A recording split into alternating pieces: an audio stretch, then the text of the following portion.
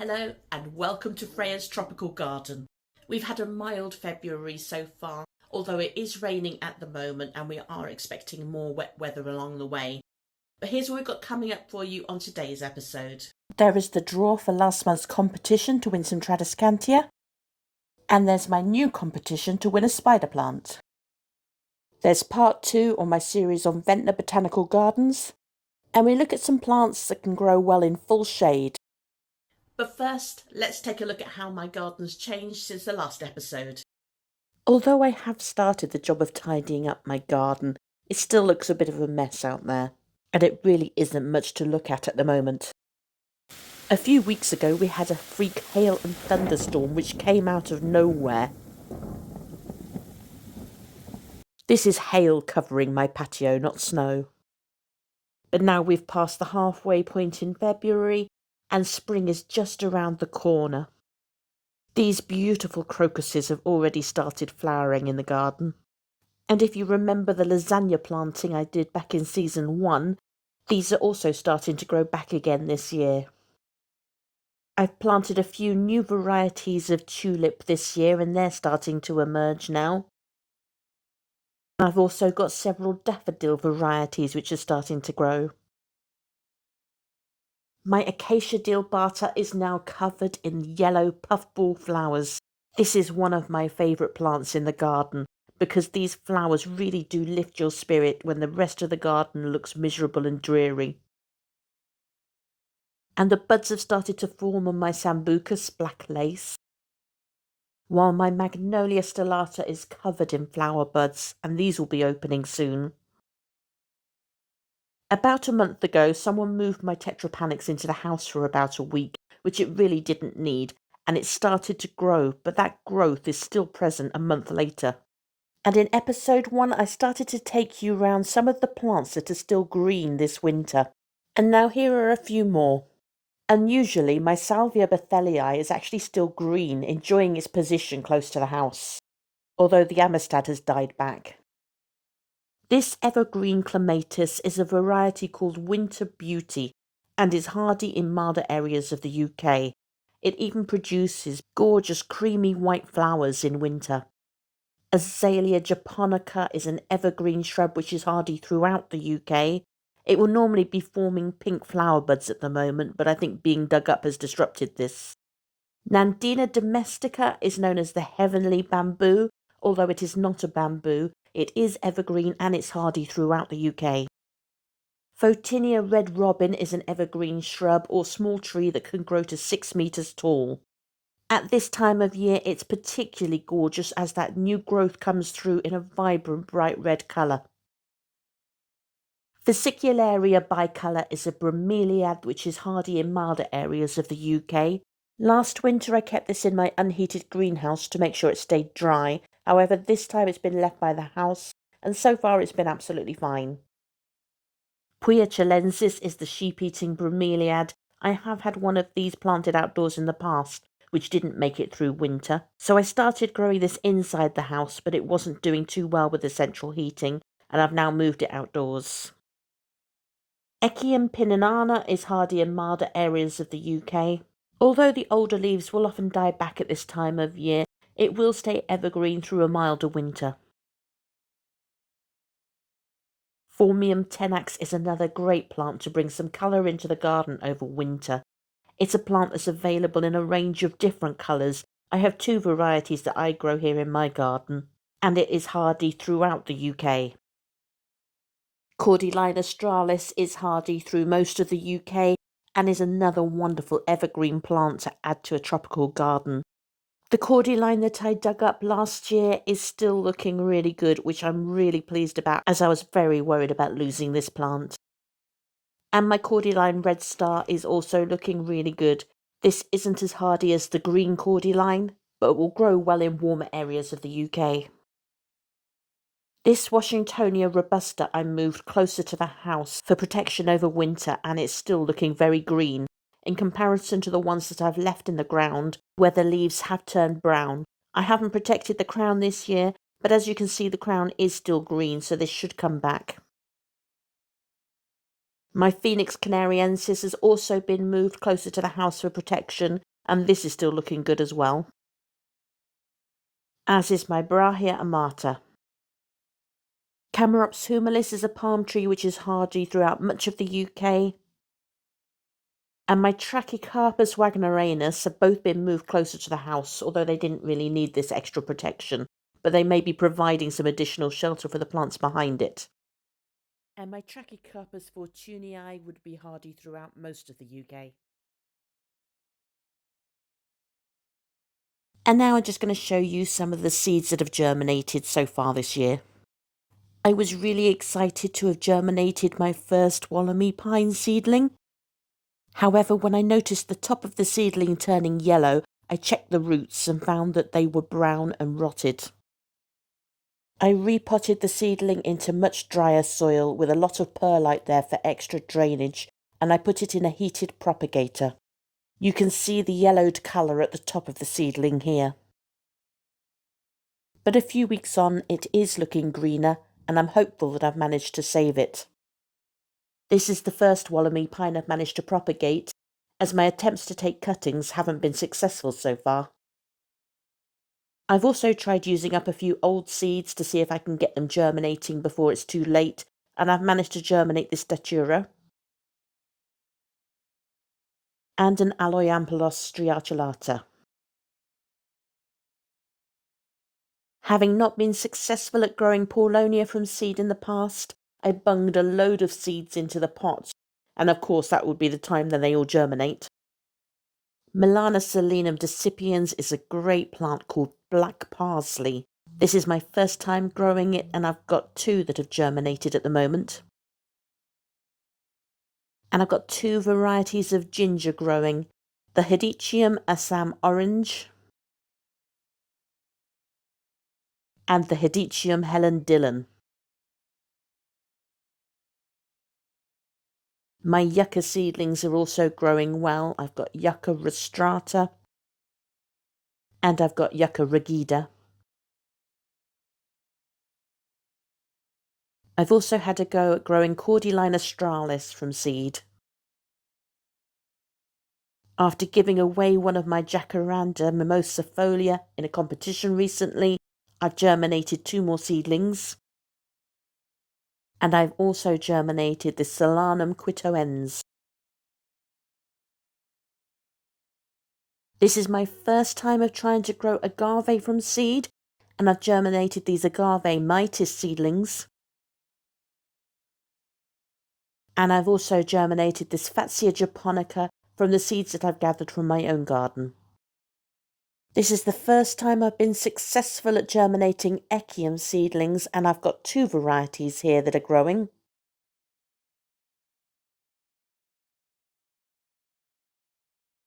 And I've got several varieties of chili, including these jalapenos. I now have 2 new varieties of Trachycarpus, including the Chilensis and the Trachycarpus tachyl. And finally, this is a new variety of canna for me to grow, Canna Jaegeriana. I'd love to know what interesting seeds you're growing this year. Use the comments below to let me know. It's competition time now, and I've got a new competition for you, as well as the draw for the last competition. Good luck to everybody who entered.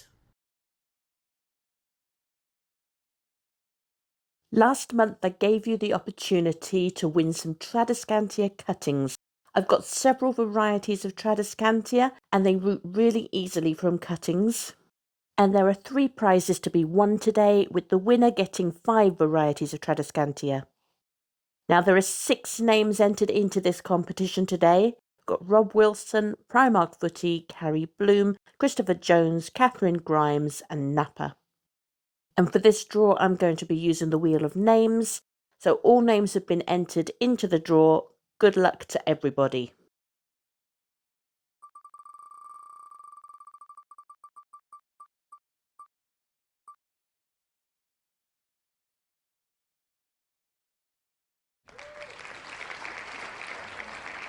Congratulations, Christopher Jones 9826. You have won our first prize today, which is 5 varieties of Tradescantia cuttings.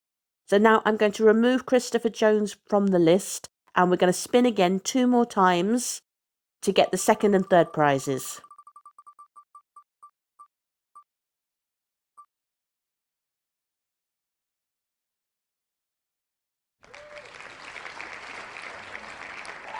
Congratulations, Carrie Bloom. You've won 3 varieties of Tradescantia.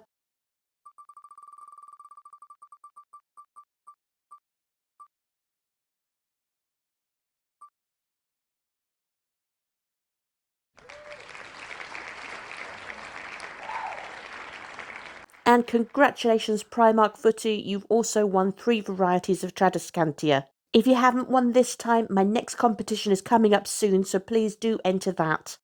And congratulations to all the winners. Please email Freya's Tropical Garden at gmail.com and let me know the address to send your Tradescantia cuttings to.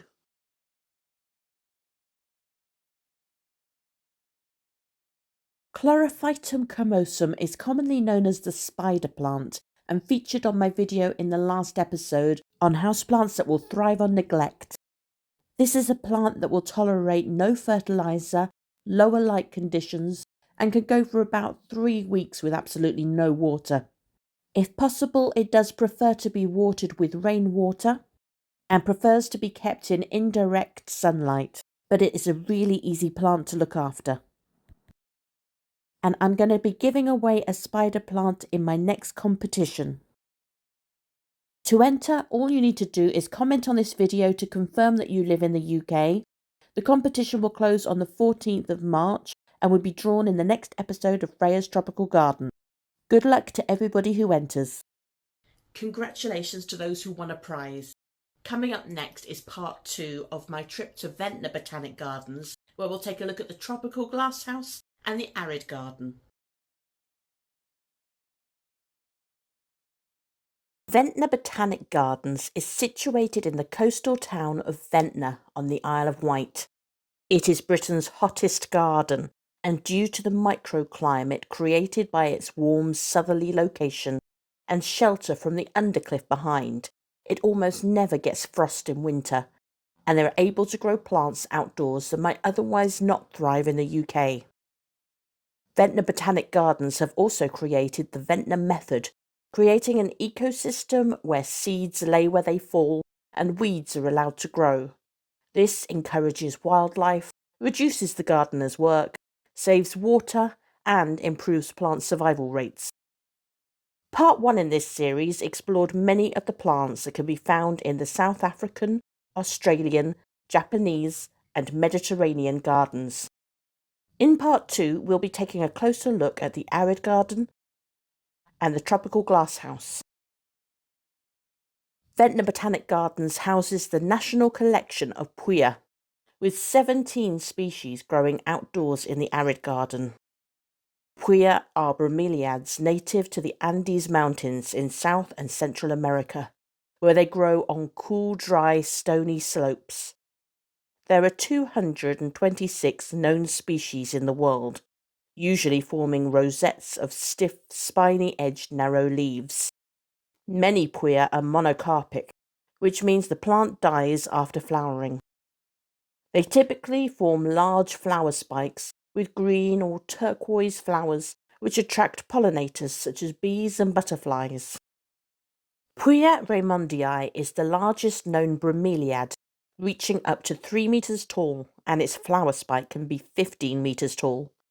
Commonly known as Queen of the Andes, in its natural habitat it can live for up to 100 years.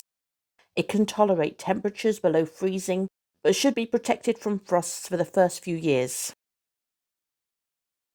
Puya Alpestris is known as the Sapphire Tower, named for its metallic blue flowers. It can tolerate temperatures down to -6 degrees C if kept dry.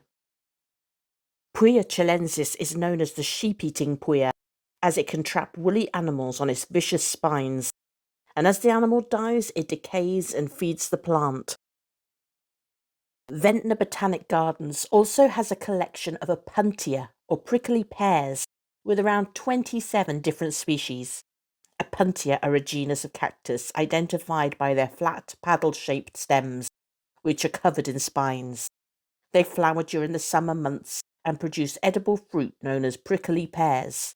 The different varieties can vary in size and colour, with some creeping and others bush-like, but as with other cacti, they prefer full sun and well-draining soil. Many Opuntia varieties can be grown outdoors in the UK if kept completely dry over winter. Agave Fransosinii, or the blue agave, is a large succulent native to Mexico. It has light grey-blue leaves which arch gracefully at the top and provides a bold architectural statement in any garden. It grows best in full sun and well-draining soil and is hardy to at least -5°C if kept dry over winter. Agave Salmiana crassuspina is a succulent native to central Mexico. A subspecies of Agave Salmiana, it has rosettes of large spiny leaves and can grow to over 1 metre tall. It grows best in full sun and is hardy in warmer areas of the UK if kept dry. Aloeampelus striaculata was formerly known as Aloe striaculata, or the striped stem aloe, and is a succulent native to South Africa. In summer, it produces beautiful yellow flowers on 40-centimetre tall spikes, making it a stunning plant. It grows best in sandy or loam-based soil in full sun and is hardy in mild areas of the UK if kept dry. Oreocereus trulli is a cactus commonly known as the Old Man of the Andes and is native to Argentina and Bolivia. It's a slow-growing cactus which can reach up to 50 centimetres in height and is covered in white wool. It grows best in full sun and can tolerate temperatures down to -3°C if kept dry. Echinopsis pachanoi, or Trichocereus pachanoi, is commonly known as the San Pedro cactus and is native to Ecuador, Colombia and Peru. They typically grow 3 to 6 metres tall, however the tallest ones known on record was 12.2 metres tall. It prefers more nutrient-rich soil than most other cacti and survives down to -9°C if kept dry. Echinopsis terschekii, or Trichocereus terschekii, is commonly known as the Argentine saguaro and is native to Argentina and Bolivia.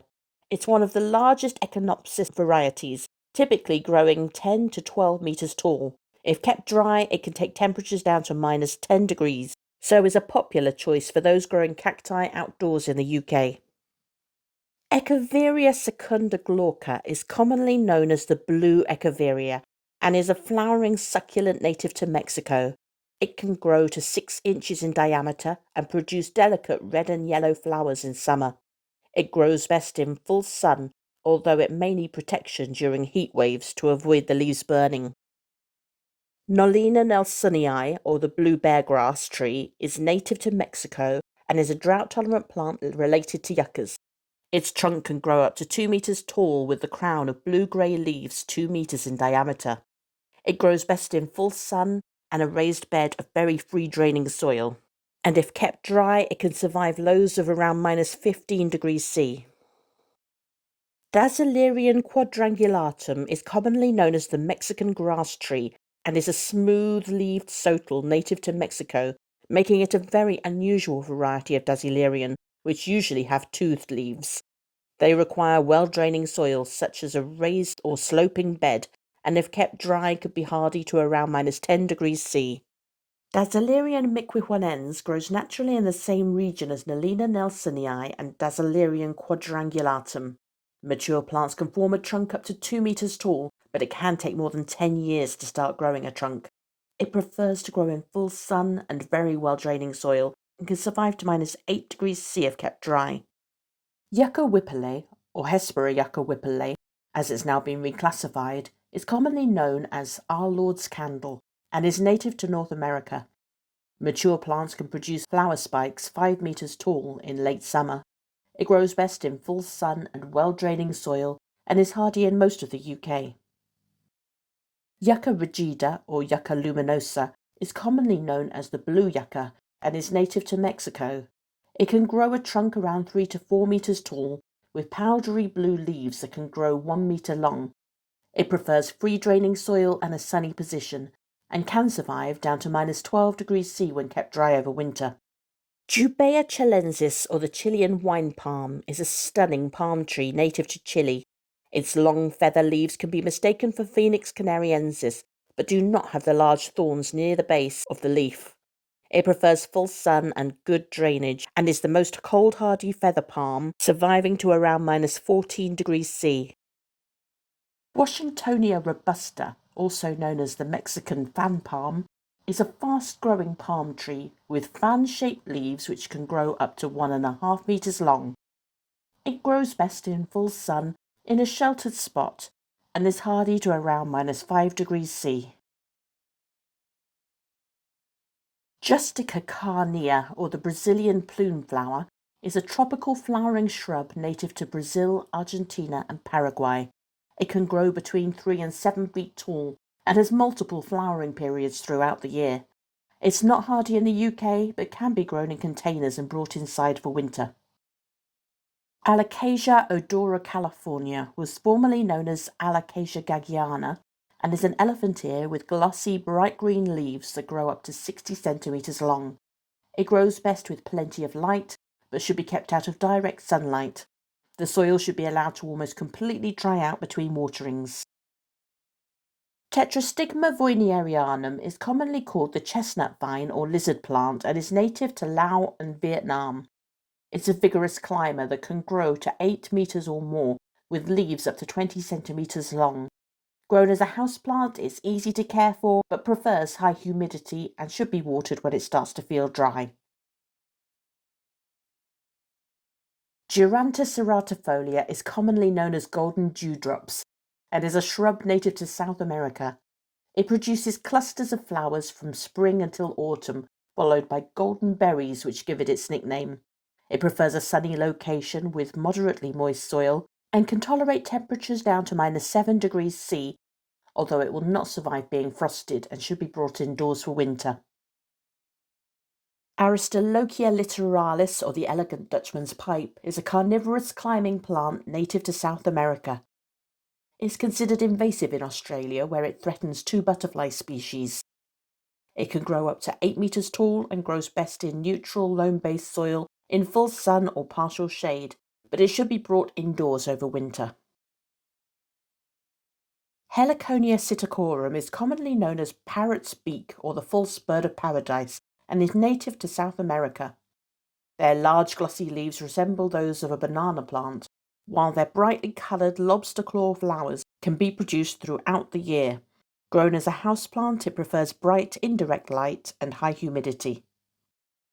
Victoria amazonica is commonly known as the giant water lily and is native to South America. It's one of the largest water lilies in the world, with leaves that can reach up to 3 meters wide. Short-lived white flowers open at night and turn pink after being pollinated. It cannot be grown outdoors in the UK.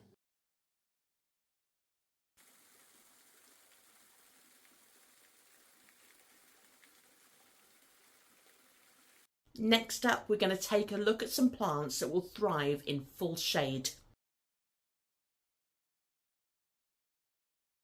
If you have areas in your garden that get no sunlight at all, it can be difficult to find plants that can survive in full shade. Many plants need at least some dappled sunlight filtering through leaves, and if you have an established tropical themed garden with a canopy of large palm trees, bananas and more, chances are you will have a few shady spots underneath. Even plants known for their shade tolerance, such as hostas and some ferns, prefer at least some sunlight in order to thrive. I've put this video together to give you some inspiration for plants that can thrive in full shade. I've grouped them into plants that are not hardy and will need to be grown as annuals or brought indoors, those that are hardy in warmer areas of the UK, and those that are hardy throughout the UK.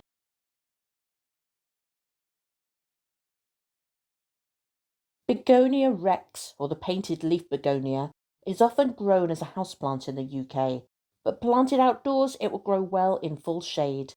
Although it's not considered hardy, I have left Begonia rex outdoors over winter, and it has grown back in spring from the rhizome.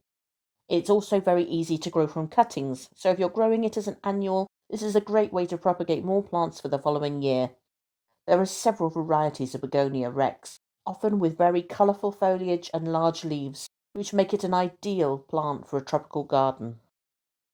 Justica shadvalleri, or the Brazilian firework, has an attractive silver-veined leaves and spikes of purpley pink flowers from April to November, and is a great tropical plant to grow in full shade for lower levels of the border. It's also a great plant to grow in pots or hanging baskets, but avoid full sunlight which can burn the leaves. If you don't want to treat it as an annual, it can be grown indoors over winter in bright indirect light and away from radiators, where it can continue to flower almost all year round. Caladiums are another plant that can bring a splash of colour to a shady border. Native to Central and South America, their large leaves can vary in colour from variegated green, white, pinks, and reds. Caladiums are typically grown from rhizomes indoors in spring, ideally in a warm spot or a heated propagator to get them going. They will need regular watering, especially in hot weather, but be careful not to overwater them. When the weather gets cooler, simply lift the rhizome and dry store them somewhere warm ready for next year. Zamioculcas zamiifolia, or the ZZ plant, is a popular houseplant in the UK due to its ability to grow with low light, water and fertiliser, but is also a great plant that will grow well in full shade outdoors in the UK over the summer months. Although it does grow easily from cuttings, it's quite slow growing and so would not be ideal to use in this way as annuals.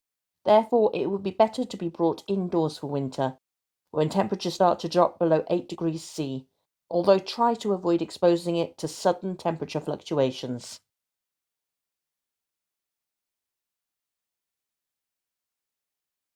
Sirtomium, or holly ferns, are shade-loving ferns with around 35 different species.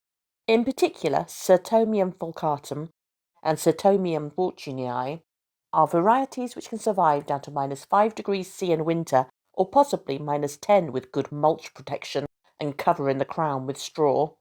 They can even stay evergreen in warmer winters. They're a great addition, with their holly-like foliage offering a different frond shape to other ferns. They prefer to grow in moist soil, and adding organic matter will help retain moisture if your soil is sandy.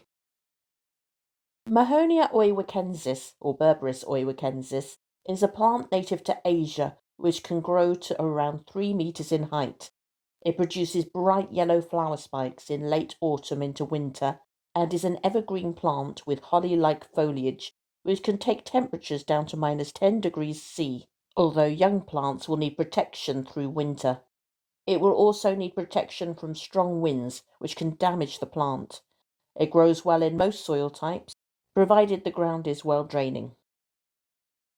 Dicksonia antarctica, or the soft tree fern, is a great choice if you're looking to add some height to a shady spot. It is the hardiest tree fern that can be grown in the UK, although there are some varieties of Dicksonia and Cyathea which you may be able to try if you live in the warmest areas of the UK. They can usually take dips down to around -8 degrees C if the crown is protected with fleece. In warmer weather, the crown should be watered regularly, and they prefer slightly acidic soil and protection from strong winds. Podophyllum is a genus of plant with around 17 species which prefer to grow in full shade and are mostly grown for their foliage. A more recent cultivar, Spotty Dotty, is particularly popular for its dramatically marked foliage and deep red flowers in spring, although the flowers are produced underneath the leaves, so you may miss them if growing this plant at ground level. After flowering, they produce fruits which earn them the nickname Mayapple. The fruit is edible but bland, and the rest of the plant is toxic. Vinca deformis, or the intermediate periwinkle, is an evergreen plant which can spread up to 1.5 meters. It has lush, dark, glossy leaves and produces whitish-blue flowers in late winter and early spring. It's native to Western Europe and Northwest Africa and is hardy through most of the UK. It grows best in moist, well-draining soil, but will tolerate most soil types. It should be protected from cold winds.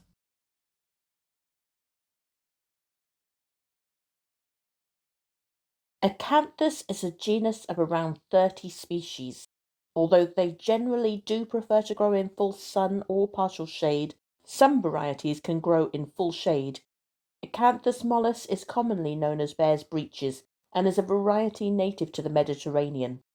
It has large, glossy green leaves and produces beautiful pink flower spikes in May to August. Although it will flower less if grown in full shade, the foliage is still exotic enough to give this plant consideration in a shady spot.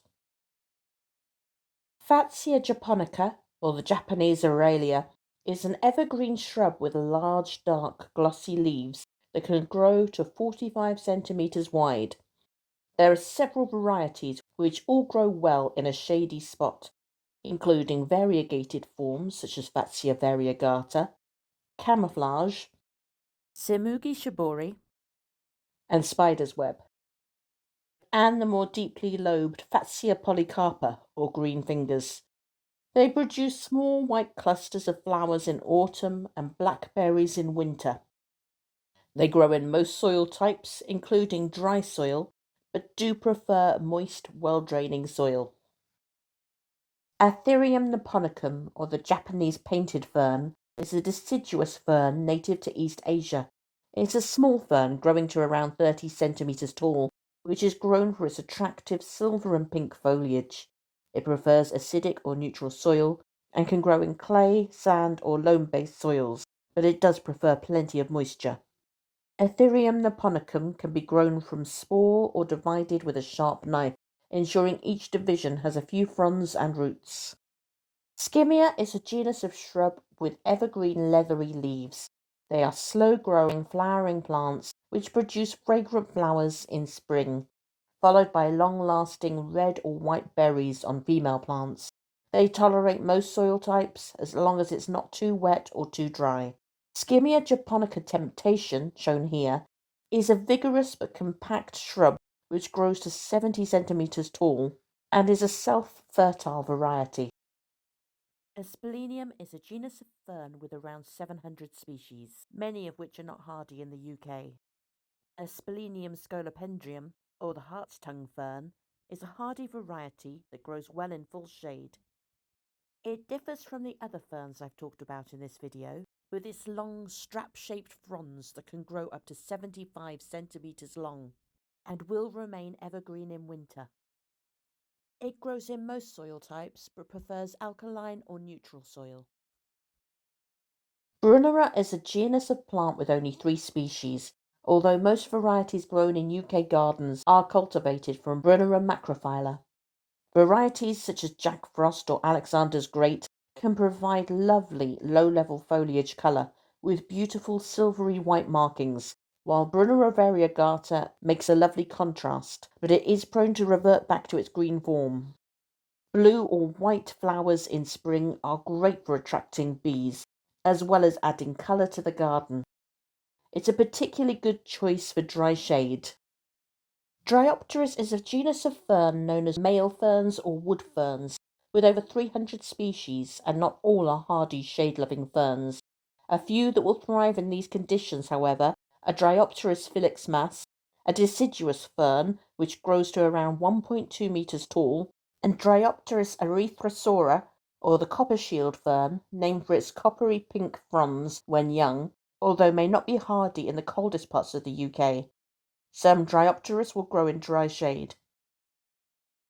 Tricertis is a genus of flowering plant native to Asia, commonly known as the toad lily. There are around 20 known species, most of which are hardy and shade-loving. It grows to around 90 centimeters tall, and their exotic-looking flowers form in autumn and will come back year after year.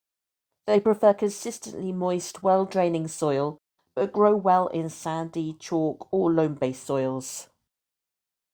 Polystichum, or the shield fern, is a genus of fern with around 260 species. Many are both hardy and shade-loving plants, but to name a couple, Polystichum aculeatum and Polystichum setiferum, one of the easiest of all ferns to grow, will both thrive well in these conditions. Some varieties can grow in dry shade, although they usually prefer moist conditions and will make excellent ground cover and spread or form clumps. Well, that's all we've got time for today. I hope you've enjoyed this episode of Freya's Tropical Garden. Please do leave your comments below, as I always value your feedback. And please do make sure that you're subscribed to this channel, as that really does help it to grow. I'll see you next time on Freya's Tropical Garden. If you've enjoyed watching this video, please consider subscribing and turn on notifications. You can follow me on Facebook, Instagram or X for video updates as well as my flower of the day. And you can email me at freyastropicalgarden@gmail.com. Don't forget to check out my website at freyastropicalgarden.co.uk, where you can find a range of information including public gardens that I've visited and information on plants that have been shown on my videos. I've had so much fun making this video, but if you'd like to make a contribution towards running costs, you can do so via PayPal.